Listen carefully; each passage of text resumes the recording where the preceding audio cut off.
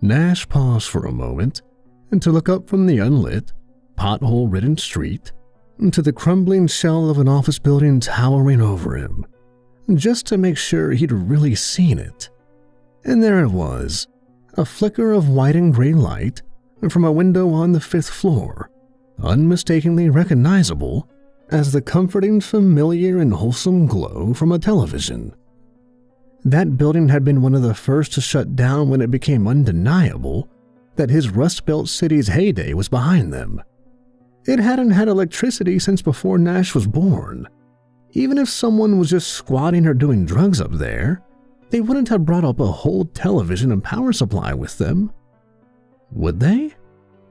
Nash glanced around to see if there was anyone else to see what he was seeing, but the street was deserted. He looked back up at that strobing, mesmerizing light, the only light on the entire building, and seemingly the only light within view at all. It was like a campfire burning on top of the highest point in all the realm, broadcasting its location to everyone for miles around.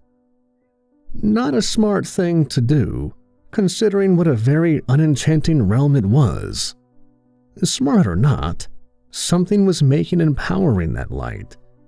Possibly something worth pawning. It was possible, or probable even, that the people who put it up were still around, and not at all unlikely that they might be dangerous.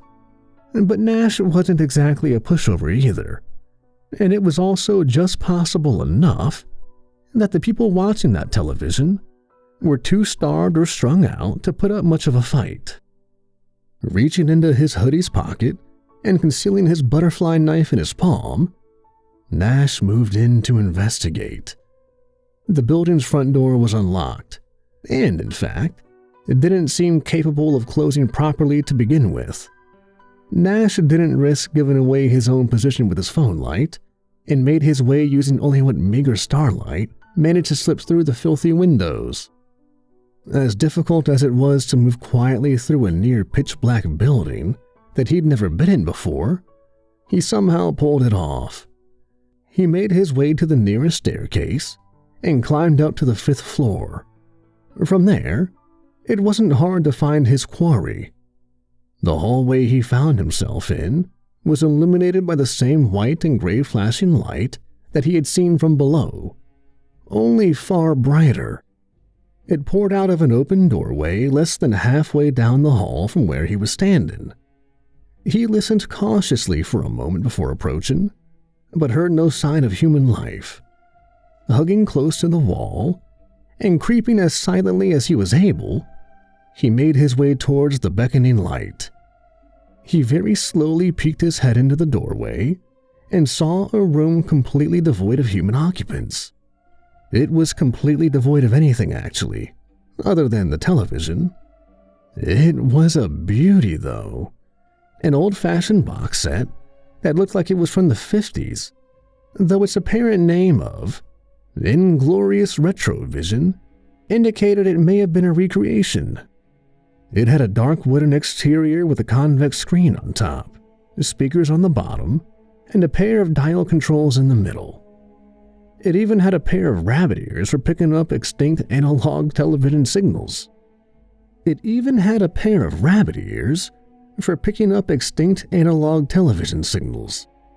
The screen was on, displaying nothing but static snow.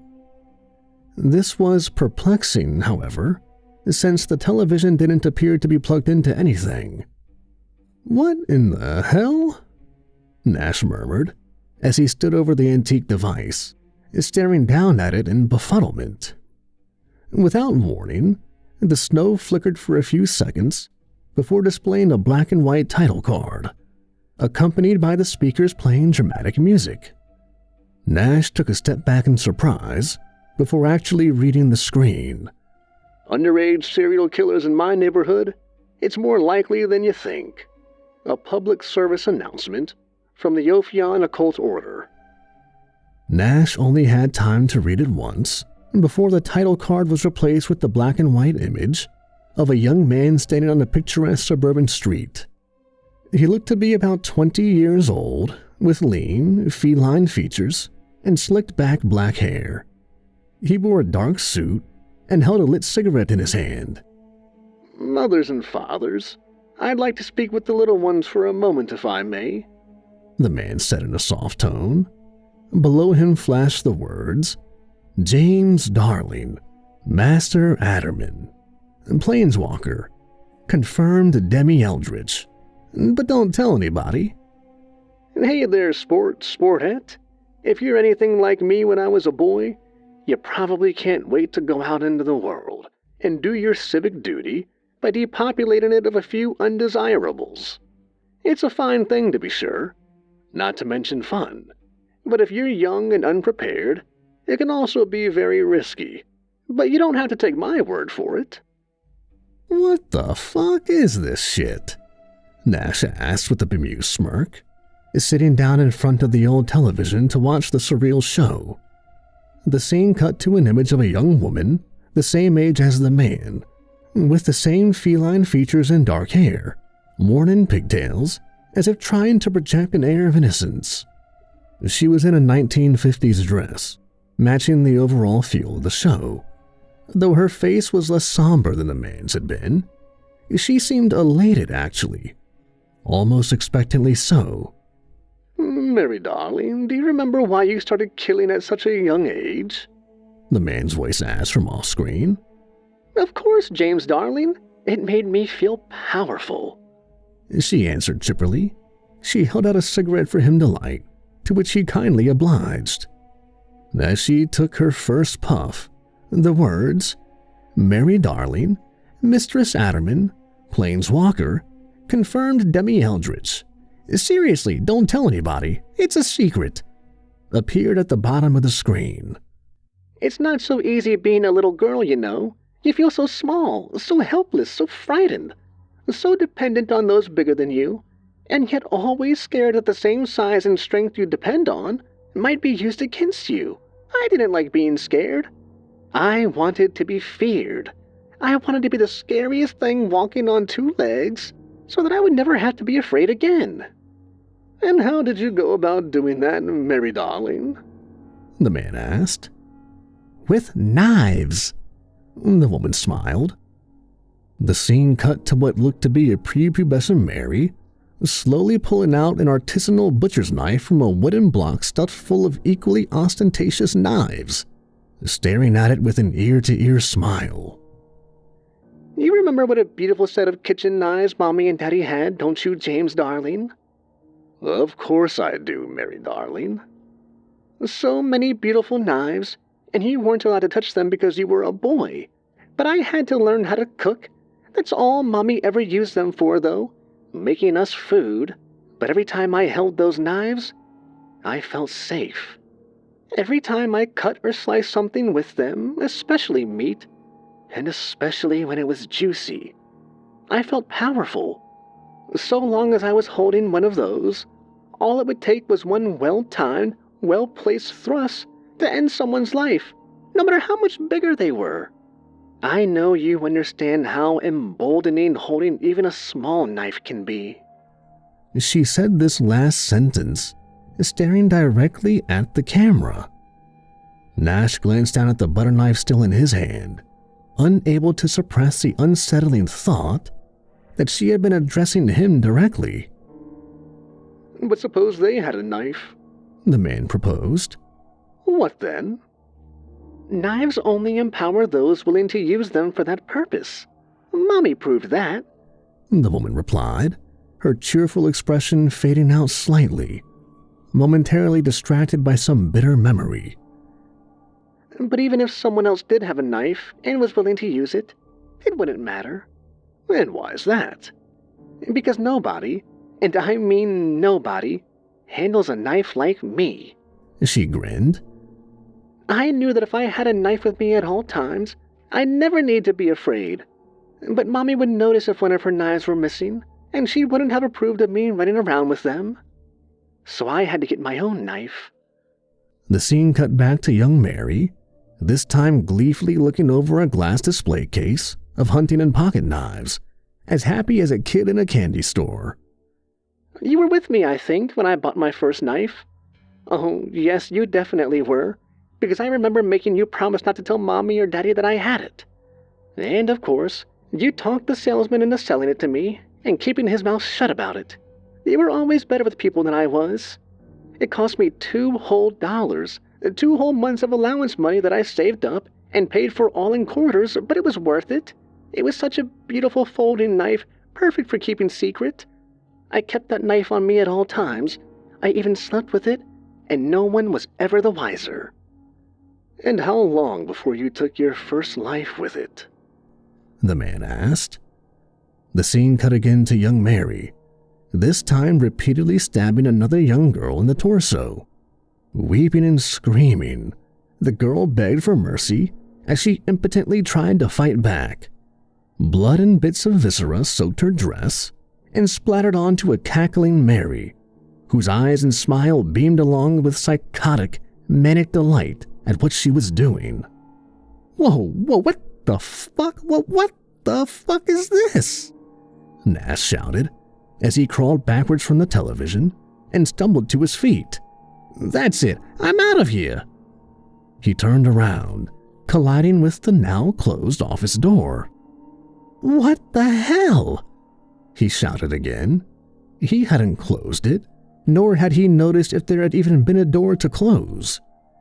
He frantically turned the knob, but it was locked from the other side.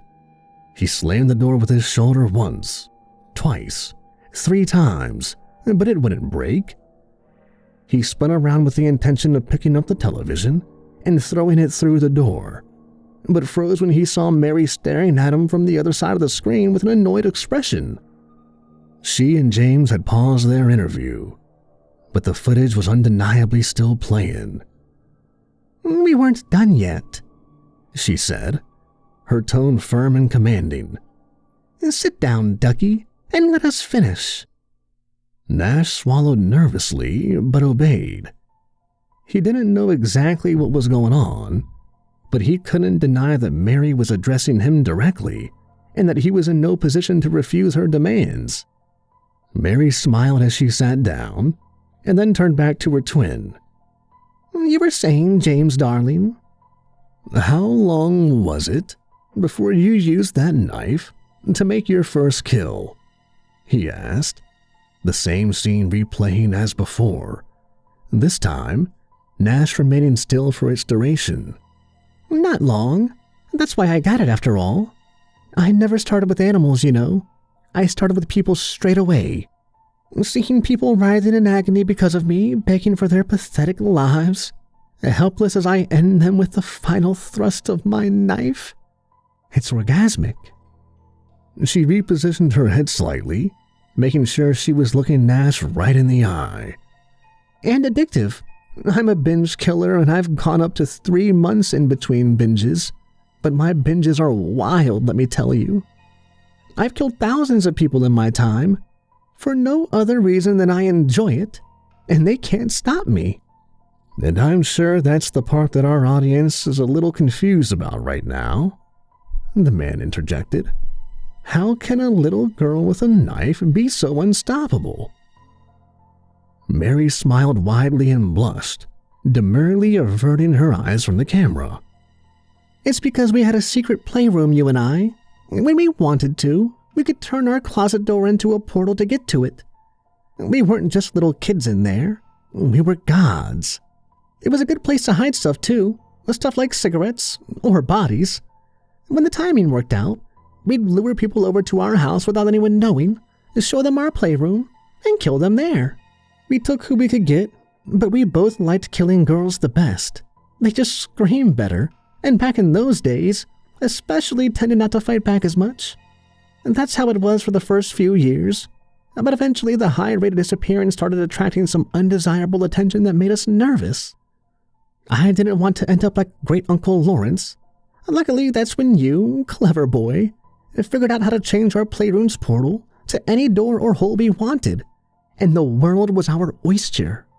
"Okay, what?" Nash asked, rubbing his eyes that the retrovision seemed to be putting an unusual amount of strain on. "I thought I walked in on some sort of snuff film, but now you're babbling about portals and pocket dimensions? I don't get it. Well, what do you people want with me? It seems we have our first audience question, Mary darling, James said. How would you like to answer it? Mary again made direct eye contact with Nash, a wickedly eager grin spreading across her face. With a demonstration, she beamed. Without warning, she lunged forward, passing through the screen like it wasn't there. She grabbed Nash by the wrist, and before he could offer even a token display of resistance, she had pulled him through the screen and onto the other side. There was no color there on that side of the screen. All was black and white. But Nash was so confounded by what had just happened, he scarcely noticed. He took in his surroundings in a confused, frantic blur, trying to make sense of it. Above him, the entirety of the sky was overcast with the same static snow he had first seen on the retrovision screen, only now, the ever-shifting black and white dots formed the most unsettling and repugnant patterns if he gazed at them for any length of time. Around him was a neighborhood of identical houses, with identical lawns and identical fences, either as a satire of the monotony of suburban planning, or just a genuine lack of creativity on the part of its designers. Nash sincerely hoped it was the latter. Standing over him were the darlings, James and Mary, looking exactly as they had on screen, cigarettes in their hands, and a predatory sparkle in their eyes. Stay back! Stay back! Nash screamed, as he wildly waved his butterfly knife through the air. The twins exchanged smug glances with one another. Do you want to take this one, James darling? Mary asked politely. I did make a bit of a pig out of myself on our last hunt. Already forgiven, Mary darling, James assured her. Besides, you've been the star of this little documentary of ours so far. It would be a terrible creative decision to shift focus now. Mary smiled, sharply turning her head towards Nash, her gaze steely and shark-like. You call that a knife? She asked quietly. This is a knife? She pulled out a 10-inch butcher's knife with a clipped point from the sash of her dress. With well-honed aim, she threw it, impaling the palm of Nash's right hand with it. Dropping his own blade, he screamed in agony, clutching his injured appendage as close to his chest as he could without impaling himself further. You're welcome, Mary said. She held out her right hand, and the fallen butterfly knife flew into it as if her possession of the blade was an inviolable law of physics in her world. Remember what I said about knives only empowering those who are willing to use them for that purpose? You've got a knife now, a proper knife, so if you can't use it to protect yourself, that's your own fault. You fucking psycho bitch, Nash wailed, crimson blood dripping onto the mono-colored ground below him. Mary took a deep inhalation, savoring the scent of it. So beautiful, too beautiful not to show in all its glorious technicolor, she mused. You've got two options here, Rambo. Fight or flight. If you pick flight, I'll give you a head start of 30 Mississippis, starting now. 1 Mississippi, 2 Mississippi, 3 Mississippi. With a sharp cry, Nash pulled the butcher's knife free from his hand, letting it fall to the ground as he tried to stem the flow of blood. Mary was still counting, her voice taking on a notable tone of irritation at Nash's casual disregard for such a lovely knife. He wanted to punch her, to beat her into a bloody stain on the pavement. He really did. But some primal instinct told him that Mary was not a wholly human and that his best chance for survival was to run and hide. So he did, leaving the only weapon he had behind. Mary stopped counting, and she and her brother glared down at the abandoned knife with disdain. Very poor tactical decision on his part, James said with a shake of his head. That's going to cost him. Severely, Mary growled, breaking into a sprint and snatching up the knife as she chased after her prey. As Nash ran, he dripped a trail of blood behind him. Its brilliant, vibrant redness amidst the otherwise grayscale world created an all-too-obvious path for his tormentor to follow. He didn't bother trying to break into any of the houses. Even if they weren't locked, Mary would just follow the blood and he'd be trapped. So he just ran. He didn't know what else to do. He kept his head pointed forward, not daring to look up at the abominable sky. When he heard the sound of Mary's feet pounding against the pavement as she chased after him, he didn't look back. His eyes glanced side to side just enough to see that the houses he ran past weren't vacant. Forlorn, barely discernible silhouettes stood in the windows, observing the outside spectacle with a fatalistic but morbid curiosity. When he dared to stare at them for more than an instant, he saw that they were made from the same television static as the sky. That was when the front doors creaked open, and the static started pouring out of them like an English fog. It obscured everything around him, growing thicker and thicker by the second. He could feel it as a tingling on his skin and hear it as a buzzing in his ears. Worst of all, there was no avoiding the patterns now. The patterns in the snow formed a mutating Rorschach test of impossible, alien shapes before his eyes, and incomprehensible whispering in his ears. They weren't threatening in the way that Mary was threatening, but through the mere act of being, they implied an existential horror far greater than being slaughtered like a lamb. The static itself soon overwhelmed his senses, blinding and deafening and numbing him to all else. The dread sapped his limbs of their strength, sickened him so horribly that he began to vomit. He didn't even know if he was still running anymore or if he had fallen to the ground, but he did have a vague awareness that he was weeping and screaming and desperately trying to block out the static. He was only snapped back to reality by the sensation of Mary's butcher knife carving into him. Technical difficulties. Please stand by. Well, boys and girls, I hope you all learned something today. Sure, hunting your fellow man for sport can be a hoot, but it can also be downright dangerous. Mary and I were fortunate to have a secure killing ground and larder, but many of you probably aren't so lucky. And I certainly hope none of you are lucky enough to have a pet Vogathos to fall back on if you find yourself in a tight spot. Remember, if your quarry gets away, or someone finds their bodies, you'll get caught, and then it's game over, bucko. It's best to wait until you're old enough to be licensed and registered, 18 to 21 depending on your jurisdiction, so that you can kill safely and sustainably. I know that may seem like a long time, but with a little patience, one day you'll be able to kill with the same skill, gratification, and impunity as Mary here. Mary lay naked upon the ground, at some point in her frenzy having discarded her dress and taken the opportunity to bathe in Nash's blood. Nearly every inch of her was crimson now, her body the only patch of color amidst the gray that surrounded her. Her chest rose and fell as she panted heavily, her belly gorged with her favorite cuts of meat.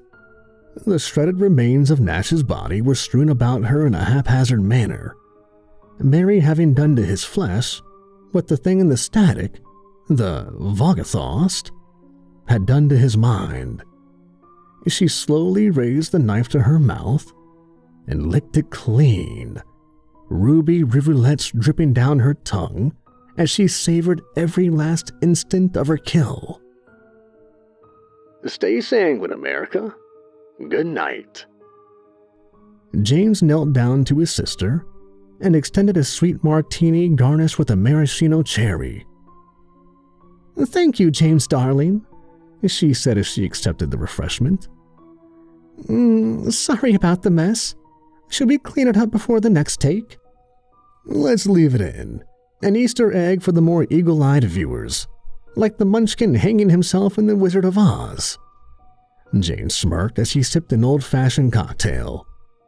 Oh, looks like the Retrovision's got another bite. Is our leading lady ready for an encore? Can I do the whole interview like this, but just act like it's completely normal? She asked excitedly. Naked and covered in blood? She pulled the cherry off its skewer with her teeth. It'll freak them out so much. A slow and sadistic grin spread across James's face.